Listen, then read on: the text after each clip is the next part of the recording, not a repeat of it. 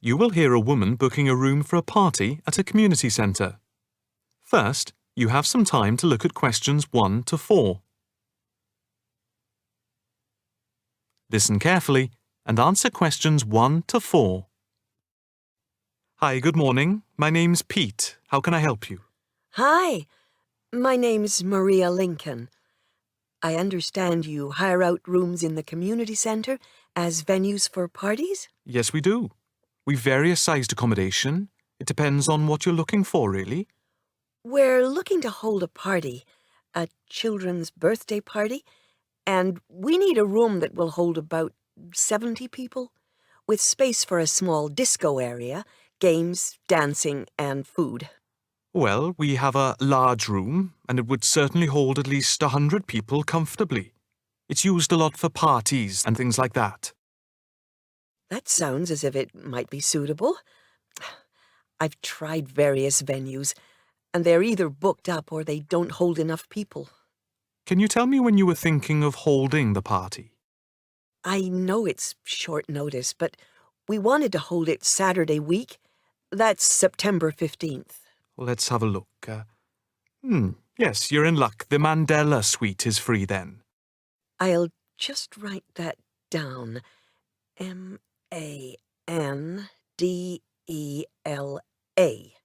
And the time. When were you thinking of holding it? In the afternoon, from 3:30 p.m. to 9 p.m. Yes, okay. There's no smoking on the premises, and we're only licensed to have soft drinks. That's okay. I think I'm happy to go ahead. Before you hear the rest of the conversation, you have some time to look at questions 5 to 10.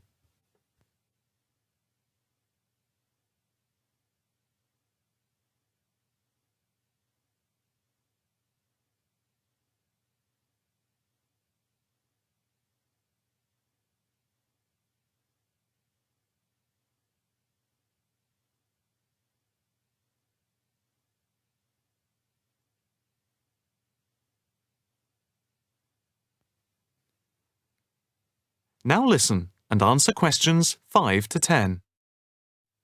Can you just give your postcode? Yes, it's PA5 7GJ. Fine. And the flat and street number?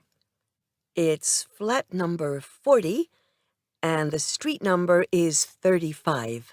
Okay, so that's flat 40, 35 Beaches Street. Yes, that's right. And a contact number? My landline is 223279 with the code. But I'll give you my mobile number, which is 07897 293381. Okay, 293381. Can you tell me how much it will cost? It's quite reasonable, actually.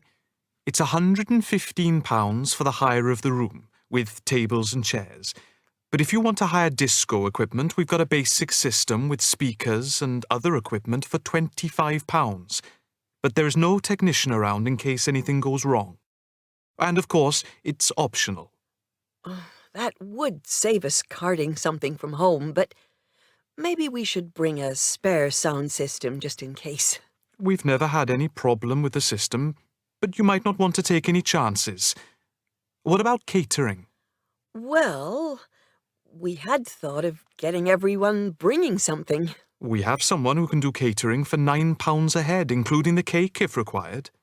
That's handy, but it's a lot as we have a fairly tight budget. So, you want to go ahead with the booking? Yes, certainly. Okay. I need to take a deposit of £30, which is refundable. The balance needs to be paid 2 days before the event at the latest. Fine. You can cancel up to 2 days before, but after that you lose the deposit. We don't intend to cancel, but is there any insurance we can take out? Yes, there's a form here somewhere. How much? It's, let me see. It's only £9 for the 24-hour period, and that covers you for cancellation, damage, and injury. Well, at least we'd better have a look at it. How would you like to pay the deposit? Cash. I'll just give you a receipt. There you are. 10, 20, 30. £30. Maria Lincoln. Thank you very much. I'm really glad I found somewhere. We have been trying to book a place for the past 2 weeks, so thank you again, and bye for now. That is the end of part 1. You now have half a minute to check your answers.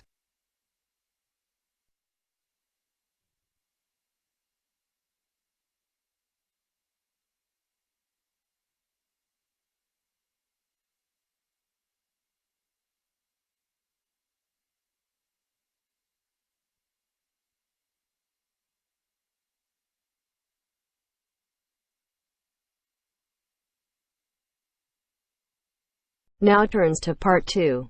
Part 2.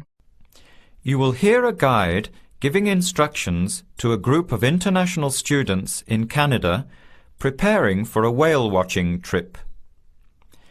Before you hear the talk, you have some time to look at questions 11 to 16.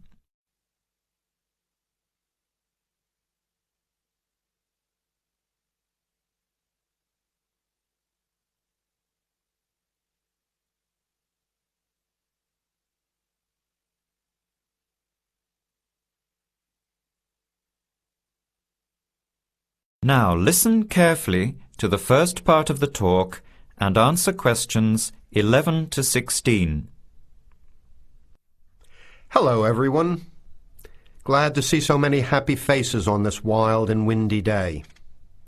Are you all ready to go looking for whales? I'm Tony, and our other guide today is Dale. We'll be using these 2 rubber boats you see here, and our trip today will take 3 hours.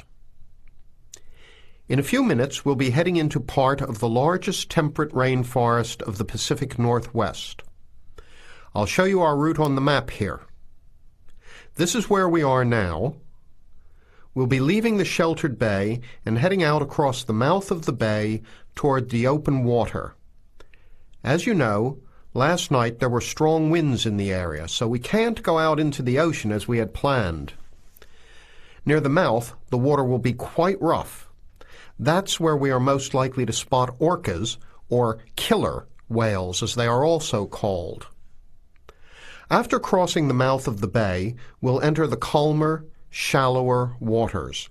This is where you look for gray whales. Then we will continue up this narrow inlet close to the shore. You will have a great view of giant fir and cedar trees that have never been logged. Here is the place to watch for wildlife. You are likely to see bears along the shore and eagles in the sky overhead. Right at the back of the inlet here are the hot springs where we will be stopping for an hour. You can have a soothing soak in bubbling hot water before the return trip. I'll tell you a little bit about the whales now because with the noise of the wind and the engine, you won't be able to hear much out there. As we head out in the boat, we will probably see dolphins first. They are a gray color and quite small, 1 to 2 meters long. They will swim right beside the boat, racing along and sometimes jumping out of the water just ahead of us. They swim very fast, and they are playful and curious. They're really fun to watch. The next ones we'll see are orcas, or killer whales, which are actually members of the dolphin family. They are 7 to 8 meters long, very fast, and they have sharp teeth. Some stay in these waters all year round. We identify them by the distinctive black and white color. They feed mainly on salmon in these waters, but the orca diet can include seabirds, seals, dolphins, and other mammals.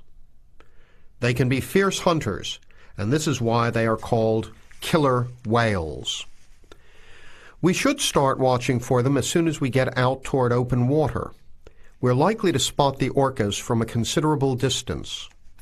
Watch for the black and white marking and mist spouting from the blowholes on top of their heads. Just outside the inlet is where we will probably see grey whales. The greys are migratory. They pass through here twice a year, moving from far in the north where they feed to the warm southern waters where they breed. You are very lucky today because several have been reported in the area. Unlike the orcas, greys are solitary, except when you see a mother with a calf. The grey whales are much longer and heavier than the orcas, 14 meters long and weighing up to 30 tons. The grey whales are filter feeders, gathering tiny ghost shrimp from the sand at the bottom. We recognize greys from their tail fins because each one is different. Once we find the whales, we'll come up as close as we can safely. We are allowed to approach the whales no closer than 50 meters. But that feels pretty close when you are in the presence of animals this big. You'll see mist coming out of the blowholes when they breathe out, and you'll hear a loud hiss. If we are downwind, we might even be able to smell them, a strong, fishy smell. Before the talk continues, you have some time to look at questions 17 to 20.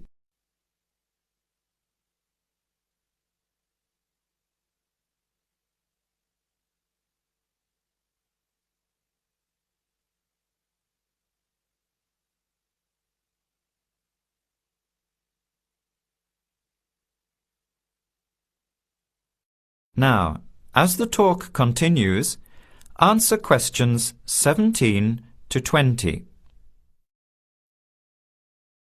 Now, for just a few words of caution. It will be quite bouncy out there, especially in the front of the boat. If you want a smoother ride, stay in the middle of the boat, close to the engine. Hold on to the ropes and keep an eye on any big waves. Be alert so you don't get thrown out of the boat. In case of an emergency, you are all wearing survival suits. They'll keep you warm and dry in or out of the water. They are bright orange for visibility. The water temperature is around 8 degrees. Without these suits, you would only last a few minutes in this cold water. With these suits, your survival time is increased dramatically. They will keep you upright in the water even if you can't swim. But we don't expect anybody to end up in the water, so don't worry. Now, are there any questions? I'm afraid of getting seasick. Right. I was just coming to that. If you think you might get seasick, take one of these patches and put it on your arm at the wrist, like this. It works on pressure points of the body and will relieve seasickness without the drowsiness you can get from pills. Are there any other questions? All right then, let's start loading up the boats.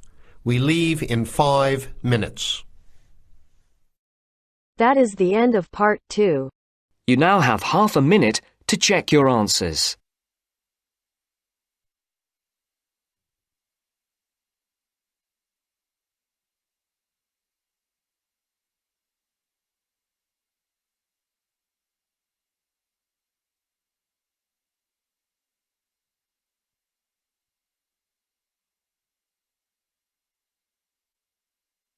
Now turns to part 3. Part 3.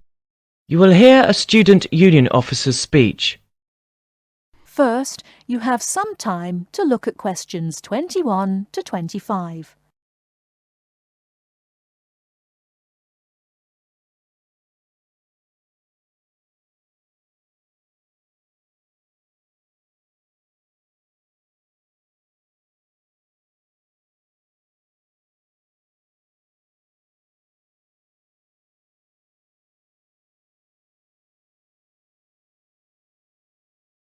Now listen carefully and answer questions 21 to 25. Hi there. May I wish you a very warm welcome to Ealing College, and more especially to the Student Union. The Student Union is run by 4 sabbatical officers of which I am one. As the President, I am charged with the overall day-to-day running of the Union itself, according to established policies within the Constitution. We also have a brilliant staff team who'll help us, and you'll meet them when you have 5 minutes to drop in and see us. The last year has seen the Student Union grow from incorporating a bar and a few offices with a small shop into being a thriving concern, which controls, to its credit, 2 bars, a cafe bar or restaurant, a shop, a comprehensive welfare department, and numerous offices. All this has been achieved by sheer hard work and dedication on the part of last year's sabbatical team and staff, who overcame many obstacles and teething problems, but won through in the end. This year, our aims as a team will be to consolidate on what has already been achieved, and to secure the future of the Union. With the new post of Vice President, Social and Communications, our main emphasis will be on communications within the college, which has always proved a problem in the past, but one which we hope to improve upon this year. One way will be the regular publication of a Student Union magazine, so all you budding journalists, come on down. Before you hear the rest of the talk, you have some time to look at questions 26 to 30.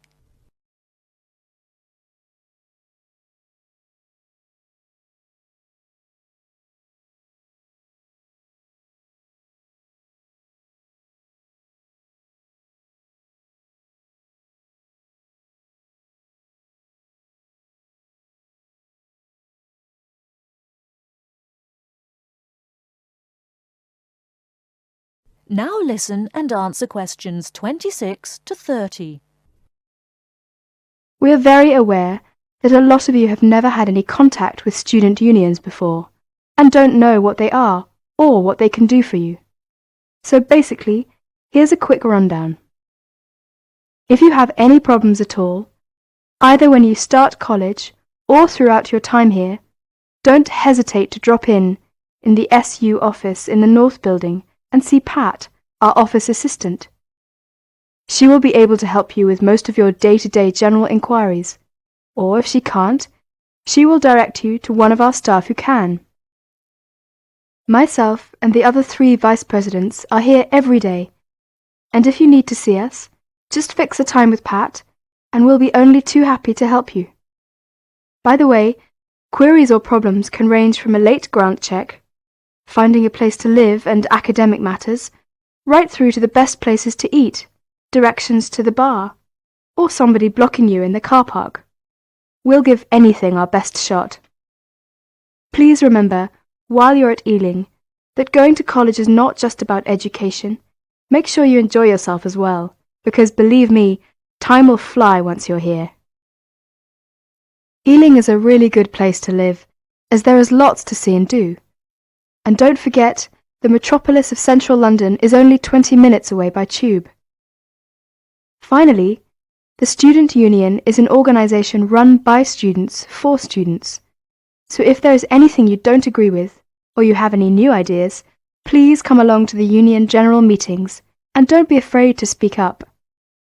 Or you could give up a little of your time and stand for the Executive Committee, which is made up of students who help us out with lots of interesting things. I would like to take this opportunity to thank all the sabbaticals of the last 2 years who have worked so hard. My very special thanks goes to Winston, Martin and Peter and all the staff who not only did a great job, but have been my good friends as well. Lots of luck and success for your year at Ealing. Work hard, but play hard as well. That is the end of part 3. You now have half a minute to check your answers.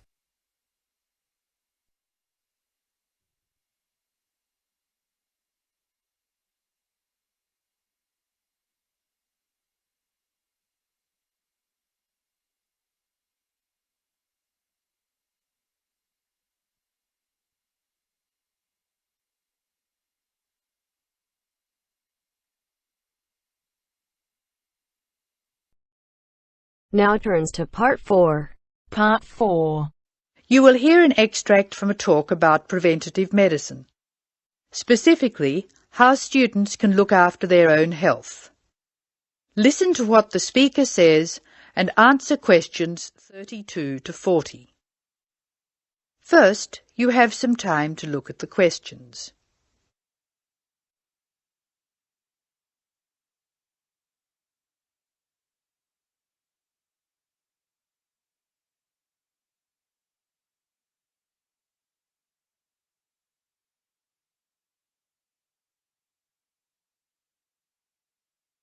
Now listen carefully and answer questions 32 to 36.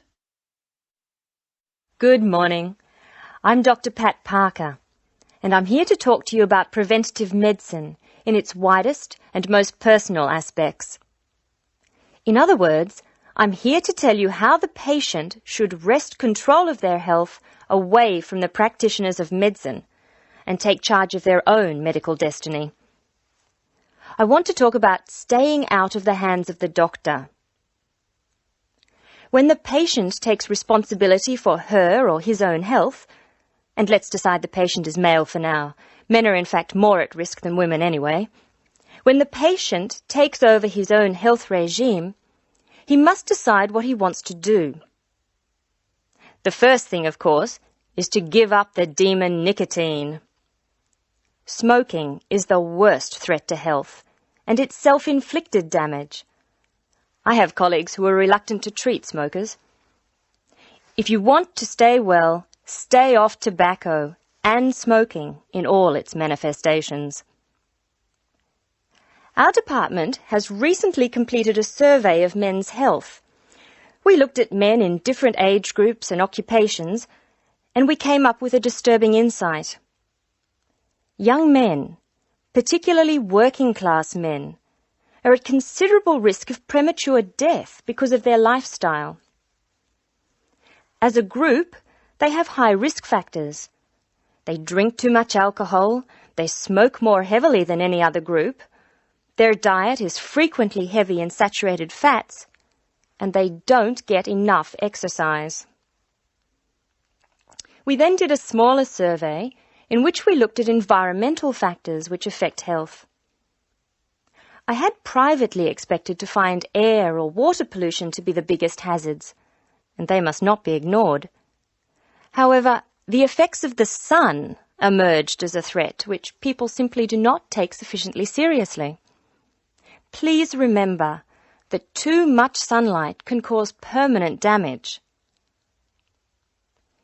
Given this information, and the self-destructive things which people, particularly young men, are doing to themselves, one could be excused for feeling very depressed. However, I believe that a well-funded education campaign will help us improve public health standards and will be particularly valuable for young men. I'm an optimist. I see things improving, but only if we work very hard. In the second part of the talk, I want to consider different things that you as students can do to improve your fitness.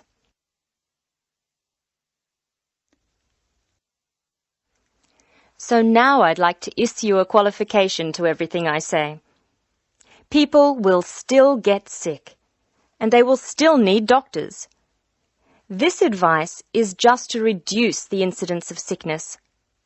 It would be great if disease were preventable, but it's not. However, we have power. In the late 80s, the Surgeon General of the United States said that 53% of our illnesses could be avoided by healthy lifestyle choices. I now want to discuss these choices with you. You should try to make keeping fit fun. It's very hard to go out and do exercises by yourself. So it's wise to find a sport that you like and play it with other people. If you swim, you can consider scuba diving or snorkeling. If you jog, try to find a friend to go with. If you walk, choose pretty places to walk or have a reason for walking. Your exercise regime should be a pleasure, not a penance. The university is an excellent place to find other people who share sporting interests with you. And there are many sports teams you can join. This, unfortunately, raises the issue of sports injuries. And different sports have characteristic injuries. As well as accidental injuries, we find repetitive strain injuries occurring in sports where the same motion is frequently performed, like rowing and squash. The parallel in working life is repetitive strain injury which may be suffered by typists or other people who perform the same action hour after hour, day after day. In this context, therefore, the most important thing to remember before any sport is to warm up adequately.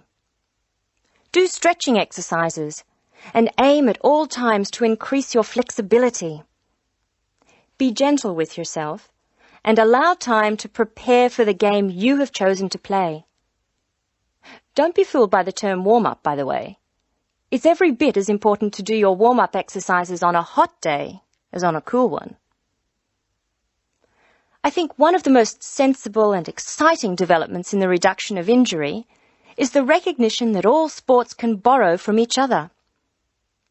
Many sports programs are now encouraging players to use cross-training techniques. That is, to borrow training techniques from other sports. Boxers have been using cross-training for years, building up stamina by doing road work and weight training while honing their skills and reflexes. Other sports, which require a high level of eye-hand coordination, are following this trend. So, you see table tennis players running and jogging to improve their performance, and footballers doing flexibility exercises, which can help them control the ball better. All of these results are good, but the general sense of well-being is best, and is accessible to us all, from trained athletes to people who will never run 100 metres in less than 15 seconds. Good health is not only for those who will achieve athletic greatness. That is the end of part 4. You now have half a minute to check your answers.